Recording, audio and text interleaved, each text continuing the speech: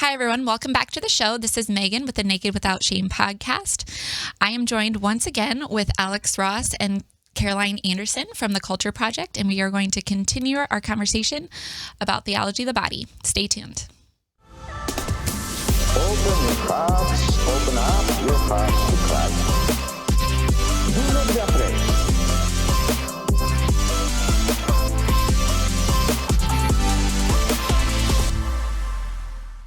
All right, everyone, before we begin, I want to invite you to consider joining our patronage community that Morgan and I have for the podcast.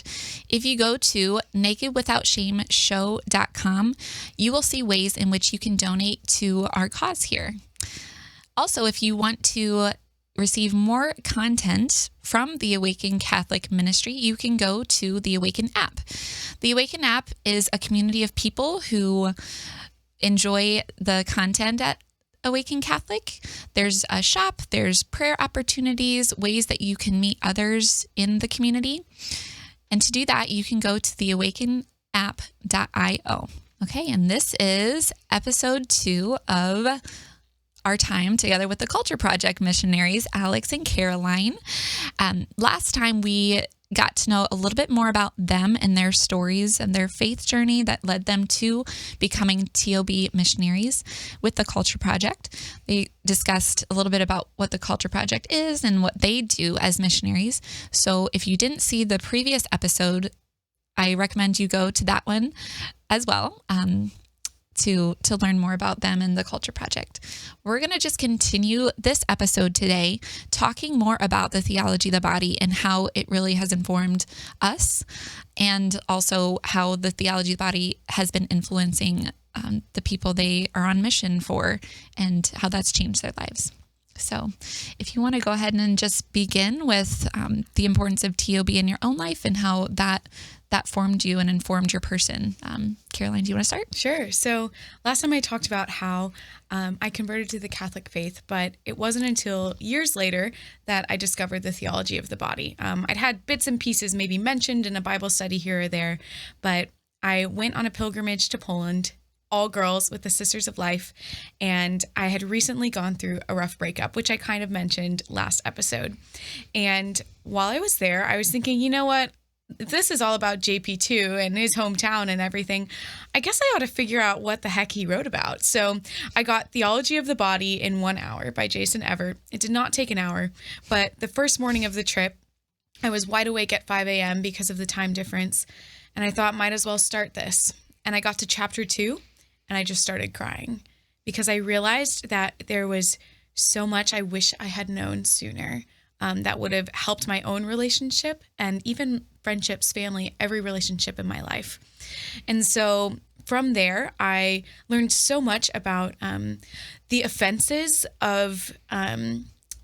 against the dignity of the human person that took place in Poland, both during the Nazi regime and communism. And even JP2 had a solution to that through his personalistic norm. And I was just so impressed and knew there was something more here. And so that's really when I began my deep dive that corresponded with my own personal journey of healing. And so from there, I ended up meeting the Culture Project at a big conference I was planning on teaching. And as soon as I heard what these young people were talking to kids about, I knew that it was something that I wish I had heard sooner. And so I felt like I was on the road to Emmaus. And as they were speaking, my heart was burning within me, and I knew there was something there. And so it was a very easy yes once I got the offer. And the continued formation has helped to bring so much meaning to my own life and my own story, so that when I do go out and share my story, I know it's from a place of redemption and of healing.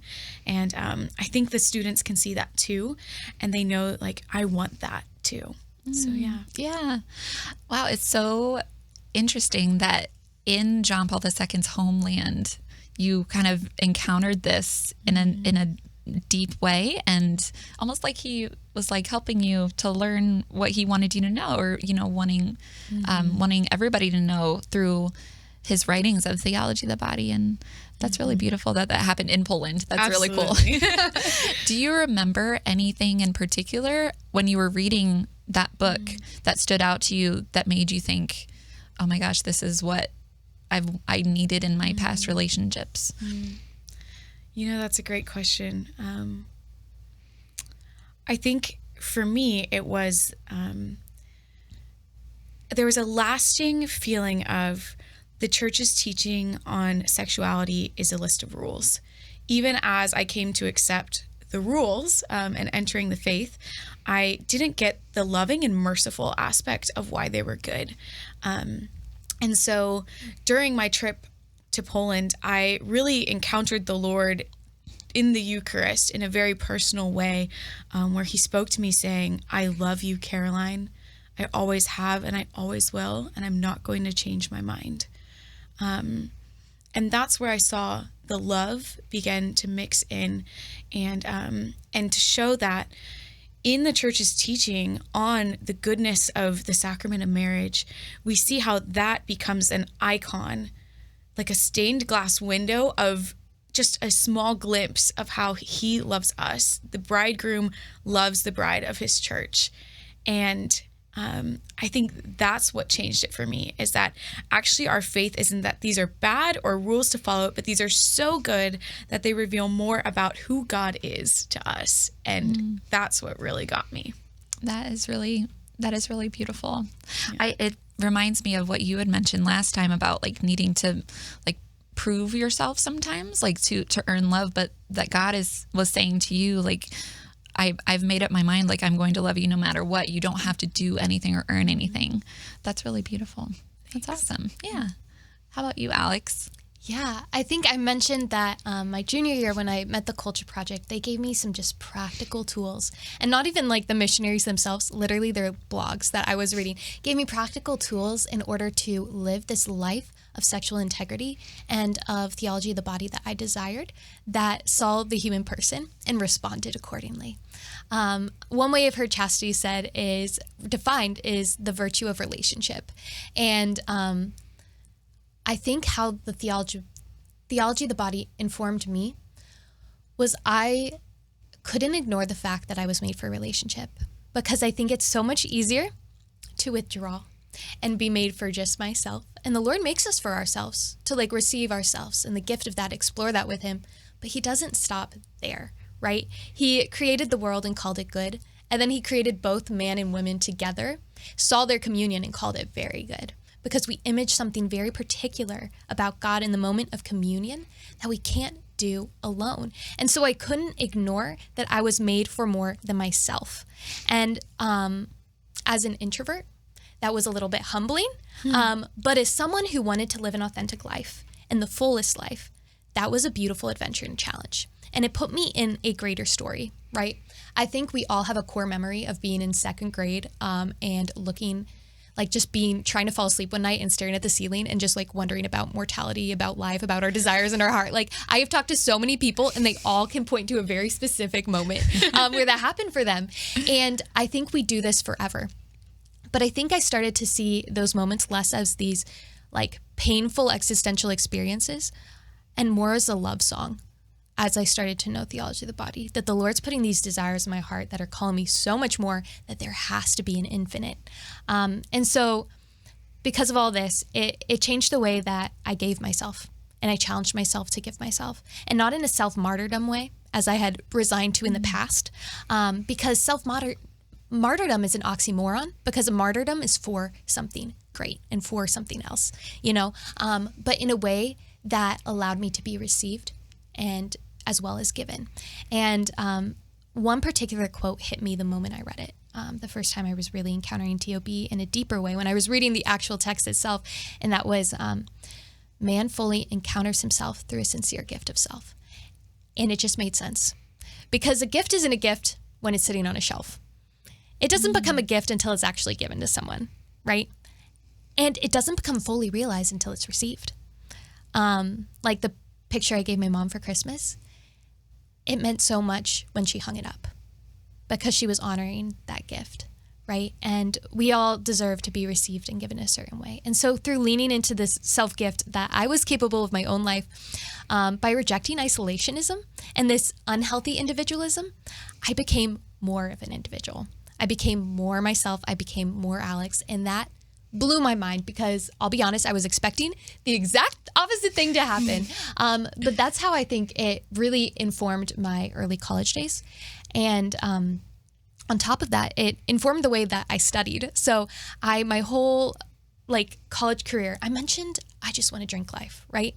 So I think I changed my major about 7 times. But it wasn't until the end of my junior year, I was so drawn to interpersonal communication and counseling because I wanted to know how we can practically form communion in our life through this tool of communication and through this tool of therapy, right? And every single person I talked to in that realm, their problems always came back to the issue of identity, of not knowing who they were, and of sexuality. And I'm like, am I just getting all the people who are struggling with their sexuality? I guess that's cool. But as I talked to other people, I realized it was such a universal experience that this place of our sexual identity confuses us. And so it launched me to study TOB, to make that my thesis, and to find out how it combines with the realities of psychology and the realities of therapeutic study. And it changed a lot of the way I see the world because of that. Mm-hmm. Wow, that is so interesting. I love the self-discovery of that I'm made for more, that I'm good.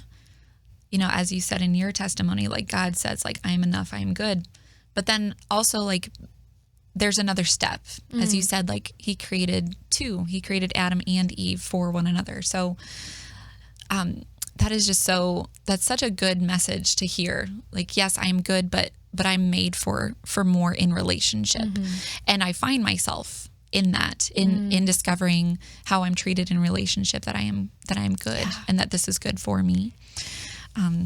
That's very, very good. I love that. And I think sometimes we can be ashamed of that desire for a relationship because we're like, am I just needy? My desire to be with people, to be fully received. But I've come to rethink of that as just the itch of the gift inside of us rather than our neediness. We recognize somewhere in us, some innate, very young part of us, that we are a gift to be received. And that's why we desire that. And when we say gift, that's going to bless the world. We were all created through our individual personhood to bless.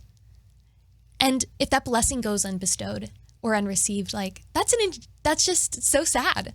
Mm-hmm. We're missing out, And so that desire in us, it really is, it's trying to point us to the right place. And so often we can be ashamed of it, even early on.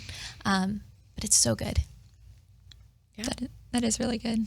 Awesome. Okay, so with your stories and the ways in which God formed you in this truth of your own identity, in our call to love, how then do you see you bringing this message to your students, to parents, being fruitful? What are some stories, or what are some ways or messages that you present to them that they really receive well? Or Yes, absolutely. I personally think my favorite Christopher West book is At the Heart of the Gospel, because he addresses all of his critics saying, you know what? Theology of the body might scare you, and it might be newer and it's harder for you to grasp, but this is precisely the source of what becomes the new evangelization and what communicates the gospel to people. Because like Alex said, every student we encounter in some way, shape, or form, from the age of 11, 12 to young adults, they have some struggle within the realm of sexuality and identity and theology of the body. And this is where they find the source of the answers that free them. And so I know I've had a girl who came up to me crying at the end of a human dignity presentation, not even a sexual integrity presentation, asking if she experiencing bisexual attractions was still loved by God. And then further, if her boyfriend, who felt that he was trans, was experiencing that, was he still loved by God too? And the solution to this experience was rooted in their identity of belovedness, and of me sitting there talking to her and pointing at the cross and showing just how much she is loved by God. and how still she experiences such a great dignity that can never go away. And then walking with her further in her journey after that first foundational truth was established. So that was very special. And I know we both have had young girls in sexual integrity presentations ask, if I have had sex, is that a sin? Am I going to hell? Or recently I had a girl ask, is birth control unhealthy? And it was one of those like, okay, how do I say yes without like claiming to be a doctor and saying like yes? And talking about how she was explaining she was on a very high dosage of birth control and how she was really afraid of it. And getting to take a step back and say, you know what, I'm very sorry that you've had some reproductive health struggle that has led you to be on such a high dosage of birth control. And that must be very hard. And that almost brought her to tears before we even talked about what it was doing to her. And so just being seen and in her experience and in her story, and we come in with our stories, it just makes it very human. And so that's what I think is one of the biggest impacts of walking with these kids is. Yeah, that's really beautiful to kind of call them back to their first identity, as you're saying, and to, before getting into the teachings necessarily, to validate them, to validate like their suffering in the world we live in with untruths about who they are. To really validate them first and love them. That's really beautiful. Yeah. I know I've seen the power of what Caroline's described, of encounter, of just being human. And we really do, we feel so inspired and blessed and feel the patronage of John Paul II on our mission. And I think of the way that he encountered young people. Early on in his priesthood and his seminary experience even, he would bring especially young couples and young people up into the mountains of Poland. And this was in the midst of the Nazi occupation. And they just talk about what love is. And those people, those young couples he worked with, like, all talk about those experiences as completely life-changing because they were real. They were human. They weren't shying away from the truth. And when we get to do that with kids and let them know that their questions are valid and good, it changes things. And when it comes to our messages, I think that's the first most important message is we're here to be honest. Second, we're here to be merciful. Like, we see you. We see you before we see what you've done. And a lot of us has been there. And we know that God is calling us forward. We know our belovedness. But what our curriculum looks like, I guess, just to give a little idea of how that generally unrolls in a classroom, is normally we go about a human dignity presentation first, because that's so foundational to understand how to live, is like, who are you? And in that presentation, we talk about how we're created for love, how the human person has a particular value. We walk through the stages of development, right? We talk about the ways that men and women today aren't loved according to their value, aren't loved just because of who they are instead of what they could do or how many followers they have on Instagram or what they look like, whatever it might be. So we talk about bullying, cyberbullying, sexting, pornography, gossip, human trafficking, big issues. And we do so delicately, but then coming and being like, so what are we created for then? And how can we get there? And that's really where we bring everyone into this invitation of love is human. Virtue is humanizing. It's how we become what we're created for. And it's from there that it gives us the springboard for the sexual integrity talk, which we give to the guys and girls separately, which is about what are your desires for love? And how do those play out in relationship? Not just dating relationships. We don't want to reduce chastity to just the virtue of dating. It's a virtue of relationship, in authentic love, and of receiving and giving the gift of ourselves. Acknowledge the value of the human person every turn. I'm just defining like 7 different ways now. But we talk about like our own story and how we've come to discover the fullness of who we are through that virtue and inviting them to that with mercy. And then a final presentation we often give is the social media presentation. Because you mentioned earlier, technology in this day and age has a particular way of playing out that can kind of interrupt the gift of self that can naturally happen when you're in person. And so we talk about how we can use virtue to use it to actually cultivate communion rather than steer us away from it. So that's kind of an idea of more of like what we walk through. But I've seen all of those messages, like even the ones I'm surprised by, resonate with different kids. But at the same time, at the end of the day, they just need to know they're seen. Mm-hmm. Like, I can't tell you the amount of kids who, me sitting down with them and talking to them for an hour, like just having an like awkward conversation over a meal, changed their life because they felt dignified and seen, and no one had just looked them in the eye and treated them like a little adult before, but rather like just a child. Mm-hmm. And so we're here to humanize people and invite them into that experience. Mm-hmm. Yeah. I think many of the students that we meet are trying to reconcile something, whether that be a disunity within themselves or what their faith looks like with their experience, what the culture is telling them versus what they're hearing at church or in family.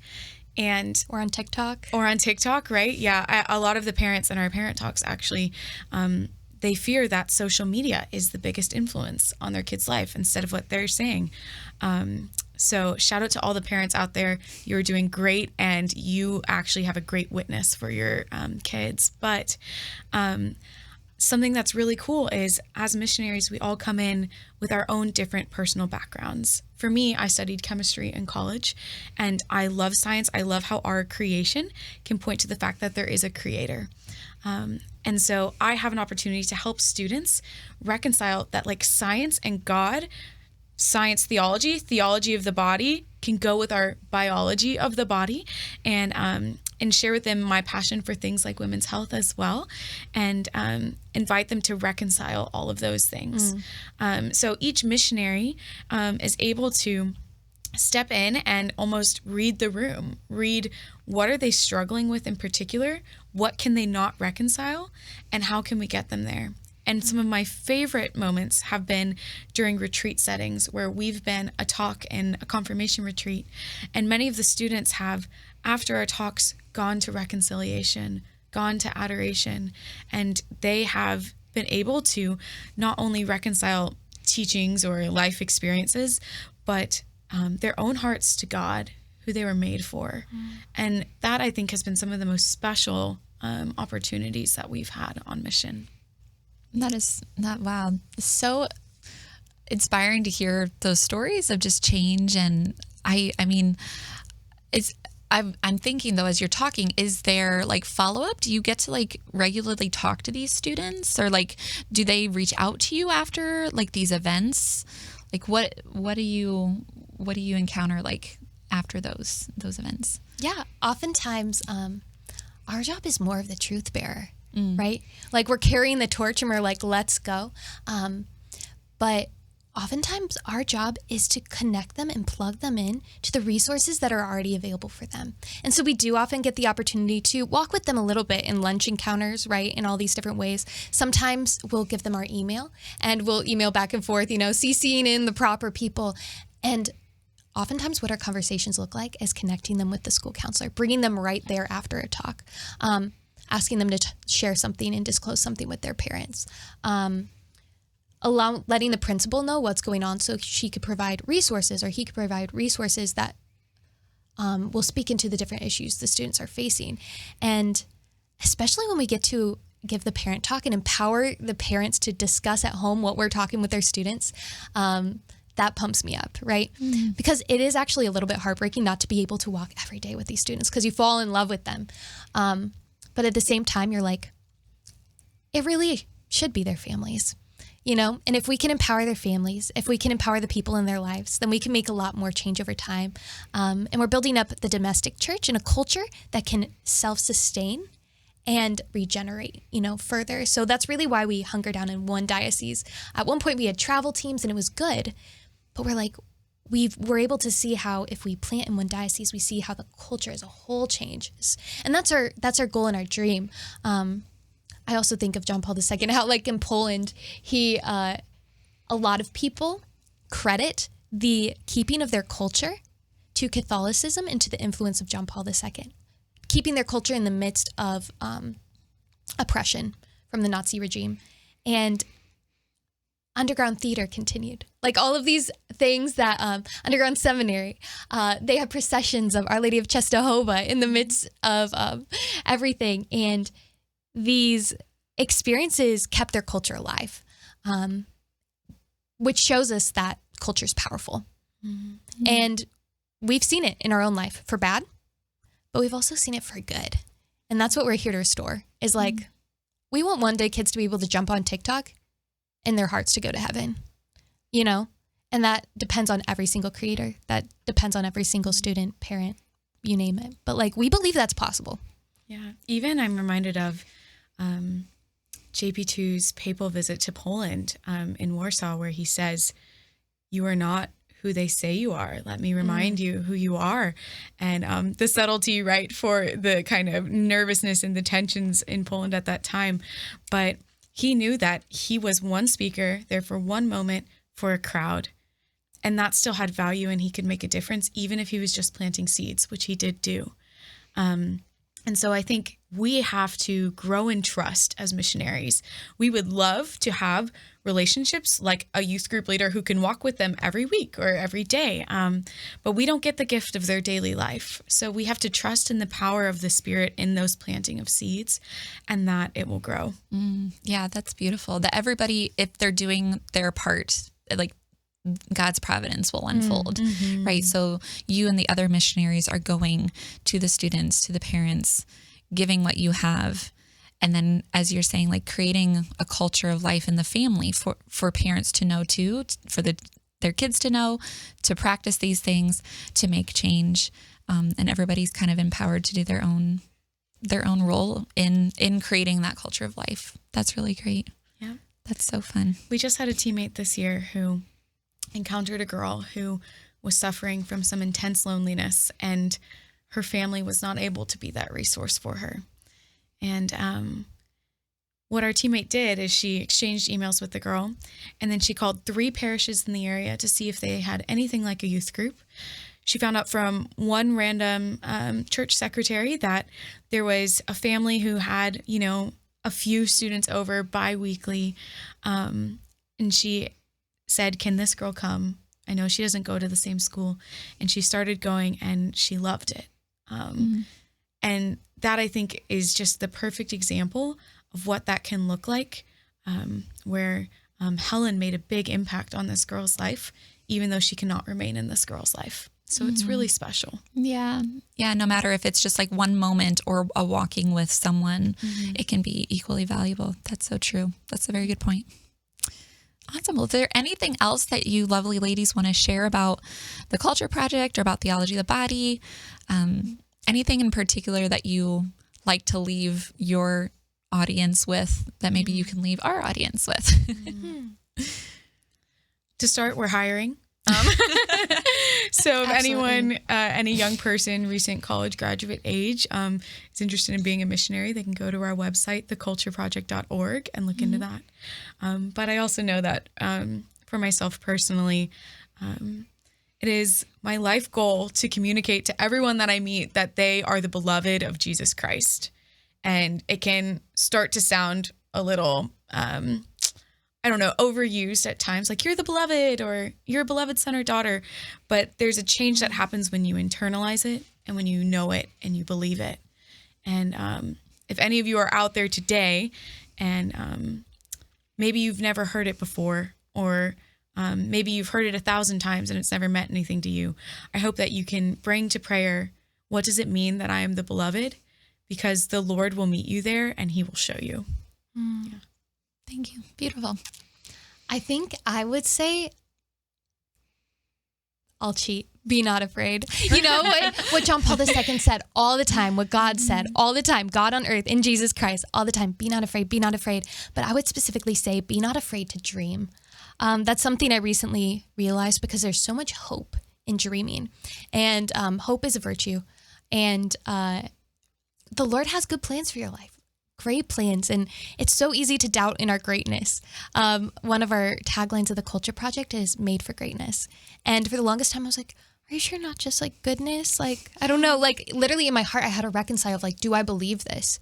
And it wasn't until I realized that the Lord was dreaming with me and inviting me to dream and co-create with him and giving me this life for a reason. And he wanted to see what I would do with it and how he could be a part of it and walk with me. That I started to get psyched about being made for greatness. And that greatness can look like so many different things, but the Lord's put an anointing and a mission on your life. That's not a question. There is no expectation. He has, and he's declared so. And he will work everything together for your good, even in the midst of suffering. And I guess that's the other thing I would say is for anyone out there who is suffering, I'm sorry for your suffering. Because we can talk about these things and it's so like, woo, but suffering hurts so much. And it can feel, though it is unitive to the cross, it can feel so divisive in our hearts and so disintegrating. And it can like propel us from other relationships. It can feel like that. But I've learned again and again, I personally, one of my struggles is mental health, that joy comes in the morning and that there's always the invitation to dream on the other side. So I just want to give that encouragement to anyone who's really feeling those experiences out there, because they're so real and you might be going through hell. I think someone looking at me in the eye and being like, wow, that sounds like hell, was one of the biggest things I needed in my mental health journey, because I was like, it is, because it feels like separation. And hell is separation from God. And I just felt so separated. But this isn't hell, right? Even if it feels like it. So those feelings are real, but this is earth and the Lord's got you in his hands. So you're good. You're loved. Well, thank you so much. It's been a great pleasure to speak with you on our podcast. I'm sure Morgan wishes she was here with you to us to talk more about these things. But I know I benefited just from hearing your knowledge and seeing your witness of what you're doing for the culture. I'm very honored to be able to talk to you two today. So Awesome. Thank you. Yeah. All right. And thank you all for joining us and listening to our conversation. We will see you next time. God bless.